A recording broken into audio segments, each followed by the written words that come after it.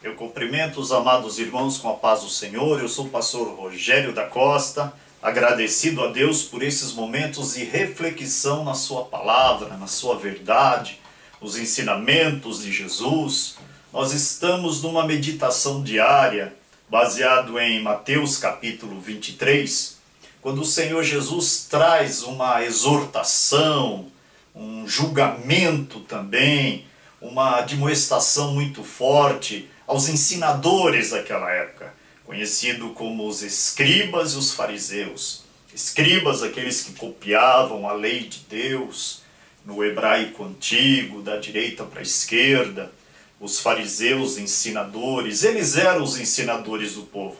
O que representa hoje todo aquele que prega o evangelho, todo aquele que tem uma liderança na igreja, um cargo, líder de grupo, líder de varões, líder de mocidades, de jovens, liderança de ser um pastor, um evangelista, um presbítero, um missionário, um diácono, um cooperador, um ancião, um apóstolo, um bispo. Essa exortação do Senhor Jesus em Mateus 23, que é o único evangelho que registra isso, serve para aplicar na vida de todos nós os dias de hoje, e a gente pode analisar com que ângulo o Senhor olha as nossas obras, as nossas intenções, o nosso pensamento, o nosso buscar a honra que vem de Deus ou a honra que vem dos homens. Então, Mateus 23, eu quero ler somente o versículo 23. Meus irmãos, para mim o versículo 23, ele é a chave principal de todo esse capítulo. Porque aqui o Senhor traz profundas verdades para reprovar os ensinadores daqueles dias que se assentavam sobre a cadeira de Moisés para ensinar o povo de Deus. E no versículo 23, Jesus diz assim: ai de vocês, fariseus e mestres da lei, hipócritas, que é fingidos. Vocês dão o dízimo até da folha da hortelã, da erva doce e do cominho, mas se esquecem das coisas importantes: a justiça, a misericórdia e a fidelidade. Sim, vocês devem dar o dízimo, mas não devem deixar de fazer as coisas mais importantes. É muito raro você encontrar um texto que Jesus destaca algo como mais importante, mesmo se referindo numa conjunção de ser importante. Mas aqui o Senhor está dizendo que os ensinadores daquela época estavam deixando de lado três fundamentos básicos, três pilares importantíssimos, três bases que nos dias de hoje muitos de nós estamos deixando de lado também na ministração da palavra de Deus. E o Senhor se refere à justiça, a misericórdia e a fidelidade. Vamos refletir um pouco sobre a justiça. Qual é a intenção de Jesus em se referir que estavam esquecendo da justiça? Não é a justiça da justificação dos nossos pecados pela morte de Cristo. Não, não é essa justiça que o Senhor está se referindo aqui. A justiça que o Senhor está se referindo aqui é uma justiça meritória. É uma justiça de quem mérito. A palavra mérito no dicionário é aquele que se esforça e consegue aperfeiçoar, consegue galgar boas obras, sem a ajuda da sociedade, sem a ajuda dos familiares, sem a ajuda dos que vivem ao seu redor. Isso é mérito. Esse mérito aqui da justiça que o Senhor se refere são obras da fé. Obras da fé, que nós temos o exemplo dos heróis da fé na Bíblia Sagrada, homens que sofreram, homens que se desdobraram, que se consagraram, que arriscaram a sua vida, que foram perseguidos, mas que a sua justiça em confiar em Deus, em dar glória a Deus, em crer em Deus, a sua justiça, o nome do Senhor foi engrandecido. A justiça também que Jesus se refere aqui, que dá para abalizar as nossas vidas, é que Deus é um Deus de justiça, coisa que não se prega nos dias de hoje quase. Se prega que as pessoas podem estar como estão, mesmo se estiverem vivendo numa vida distante de Deus, ou em pecado, ou afastada de Deus, ou com iniquidade, ou com transgressão, ou desprezando os santos mandamentos do Senhor, ou não guardando a palavra do Senhor. Venha porque Deus tem vitória, venha porque Deus tem bênção. E não é assim. Deus é um Deus justo. Deus perdoa? Perdoa. Mas Deus pune também. Você veja que Esaú trocou a sua primogenitura por um prato de lentilha. E a Bíblia diz que não havia mais espaço de arrependimento. Ah, pastor, mas isso é no Antigo Testamento. E Ananias e Safira, que mentiu ao Espírito Santo?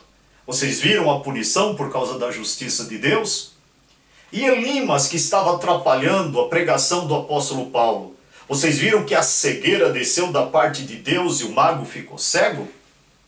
Vocês viram Herodes, que foi morto, ferido pelo anjo do Senhor e comido de bicho, porque não deu glória a Deus? Então Deus é um Deus de justiça. As pessoas precisam reconhecer que Deus tem um peso, Deus tem uma justiça. O apóstolo Paulo diz: considerai a bondade e a severidade de Deus. Porque muitos hoje acham que é brincadeira servir a Deus. Que Jesus tem que perdoar tudo e as pessoas podem viver de qualquer maneira irregular, vivendo segundo a carne, não segundo o Espírito, e todas as bênçãos de Deus terão que vir para abençoar no relacionamento, nas finanças, na saúde, na família, no trabalho, em todas as coisas. E não é assim. Deus tem um peso de justiça. O apóstolo Paulo escreveu: considerai a bondade e a severidade de Deus. Deus é amor, mas Deus é justiça. Quer um exemplo mais prático disso? Tome uma decisão errada sem a direção de Deus para você ver a consequência. Mas o que é isso, pastor Rogério? Essa consequência? Justiça de Deus. Se Deus não te deu a direção de você mudar dessa casa e você mudou, você vai pagar a consequência de ter ido para aquele lugar que não era para ir. Se você mudou de emprego quando não era para ter mudado, você vai pagar a consequência de ter mudado de emprego. Se você deixou de congregar naquele lugar que não era para ter deixado de congregar, você pagará o preço das suas decisões. Se você casou sem a direção de Deus, haverá muitas consequências por anos. Você vai ficar por anos pedindo vitória a Deus e buscando. Para buscar alcançar, eu não digo que não vai alcançar vitória. Deus é bom, Deus é perdoador, Deus é misericordioso, mas há uma consequência de justiça pelos nossos atos. Então os fariseus não estavam pregando, não estavam ensinando, não estavam trazendo a lume o que eu estou falando agora. Deus é justo. Deus é bom, Ele é perdoador? É. Mas para Deus perdoar, para Deus remover um juízo dele, que Ele poderá remover sim, é preciso de um arrependimento profundo. É preciso um arrependimento verdadeiro. E a mão do Senhor vai reverter. Lembra de Saul quando pecou contra o Senhor? O que a Bíblia diz? Um espírito mau da parte do Senhor via e atormentava a vida de Saul. Para Saul se libertar daquele espírito que ele nunca se libertou, ele precisaria ter lugar de arrependimento. Ele precisaria descer no vale do arrependimento. Ele precisaria de toda a alma, como Davi, pedir para Deus não tirar dele o Espírito Santo ou devolver o Espírito Santo que ele havia perdido. Deus é amor, Deus é misericórdia, mas Deus é justiça também. Vamos andar na linha com o Senhor. Vamos andar no temor do Senhor. Vamos andar com humildade diante desse Deus santo e poderoso. Poderoso em santidade, terrível em louvores. Quem não temerá o Senhor? Quem não dará glória ao seu santo nome? Quem não reconhecerá sua grandeza em sondar as intenções do nosso coração, o nascedouro dos nossos pensamentos? Só Ele é digno de ser temido, só Ele é digno de honra e glória. Que essa mensagem tenha abençoado a tua vida poderosamente em nome de Jesus. que possamos ser edificados nesse amor de Deus. E como a igreja do Antigo Testamento, possamos andar no temor do Senhor.